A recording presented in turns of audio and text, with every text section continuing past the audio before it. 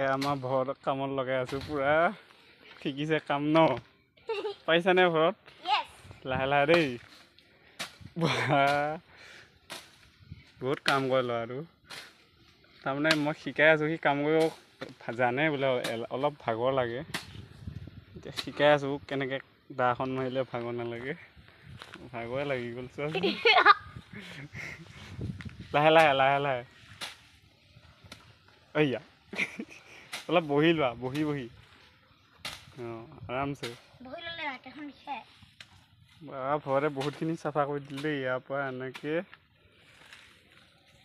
এতিয়া আমাৰ ফিচাৰী পাৰত আছোঁ মানে ধুনীয়া পৰিৱেশ